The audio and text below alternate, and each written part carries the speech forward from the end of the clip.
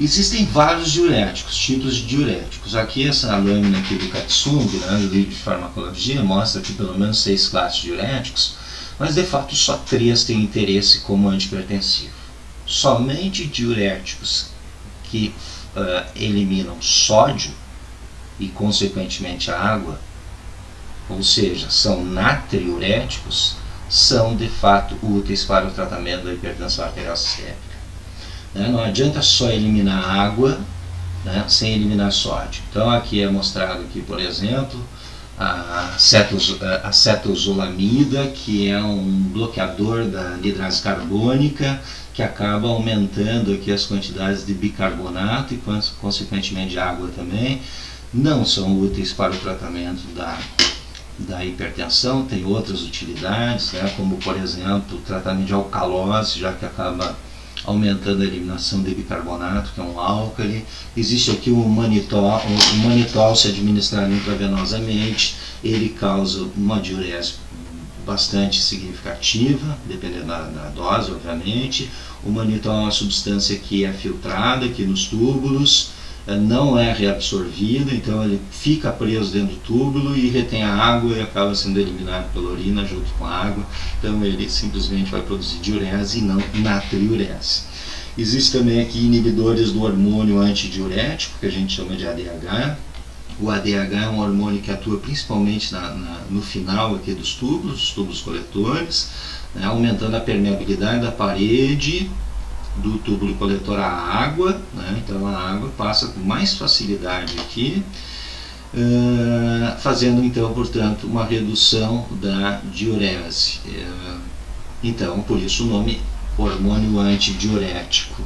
Existem fármacos que bloqueiam os receptores do ADH ou que diminuem a produção de ADH, né? O álcool, por exemplo, é uma substância que diminui a produção de ADH. E, consequentemente, se eu tiver menos ADH, as paredes aqui do tubo coletor vão ficar menos permeáveis à água, menos água vem para cá, mais água nós vamos eliminar, produzindo diurese. Então, o álcool é uma substância diurética, mas não tem utilidade terapêutica como antihipertensiva nenhuma, pelo contrário, ela pode piorar as situações de hipertensão.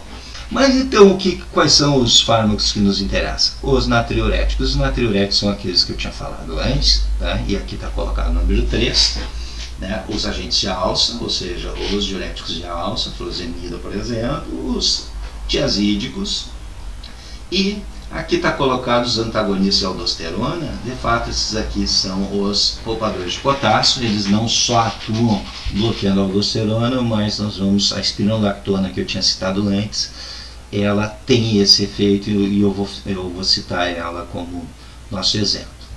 Então aqui os diuréticos tiazídicos, então eles vão atuar nessa porção tubular aqui que a gente chama de túbulo distal, né?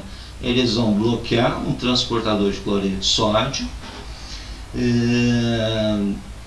reduzindo, portanto, a reabsorção de cloreto de sódio, mantendo esse cloreto de sódio no líquido tubular e, consequentemente, diminuindo a reabsorção de água também, causando natriurese. Eles são diuréticos menos potentes que os de alça. De fato, os de alça, eles estão aqui numa região da medula, eles vão atuar na alça de Henle, né, que passa pela medula renal, e aqui é onde ocorre com mais eficácia esse efeito de regulação da diurese. Mas eles promovem então a excreção de sódio, cloreto de sódio mais água, os tiazídicos, acabam também eliminando potássio como um efeito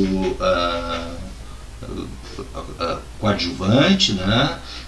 Acabam também de forma secundária retendo cálcio, que pode ser útil, como eu disse lá no tratamento adjuvante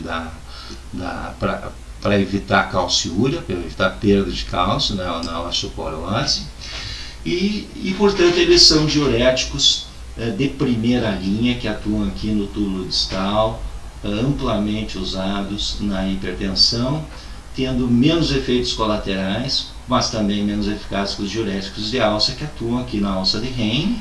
Nessa parte aqui de subida, a gente chama aqui a porção descendente, a porção grossa, fina, porção ascendente. É nessa região aqui, grossa, ascendente, que os diuréticos de alça atuam, nesse cotransporte aqui, cotransportador de sódio e potássio cloreto, bloqueando eles, retendo esses solutos aqui e, consequentemente, diminuindo a reabsorção de água. Eles são bem mais potentes diuréticos, acabam produzindo então uma natriurese mais potente, mas porém também eliminam maior quantidades de potássio e magnésio, que não é interessante. Certo? E por fim, então, em termos de mecanismos de ação, onde atuam, né, da farmacodinâmica aqui dos diuréticos, nós temos os bloqueadores da aldosterona.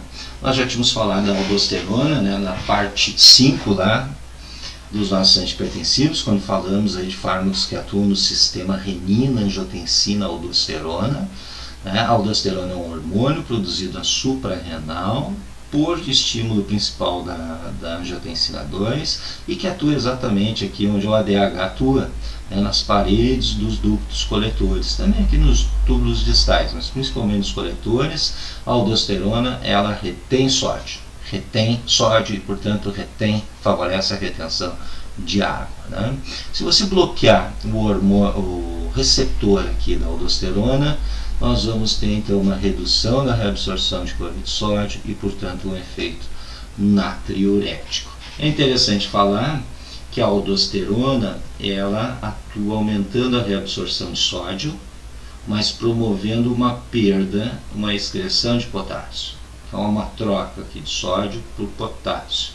À medida que seu efeito é bloqueado por um fármaco como a espironolactona, nós vamos ter menos reabsorção de cloreto de sódio, maior eliminação de cloreto de sódio e água, mas o potássio, que é trocado pelo cloreto de sódio, acaba sendo poupado, acaba sendo menos eliminado, e por isso são chamados de poupadores de potássio. Então, uma grande diferença dos poupadores de potássio em relação aos outros é que, enquanto os tiazídicos e os de alça aumentam a excreção de potássio, potencialmente podendo produzir hipocalemia, né, baixa de cálion, de potássio, os poupadores de potássio não fazem isso. Pelo contrário, se eles forem usados isoladamente, eles são contraindicados em sujeitos que possam ter hipercalemia, porque eles vão reter potássio e podem piorar a situação de hipercalemia.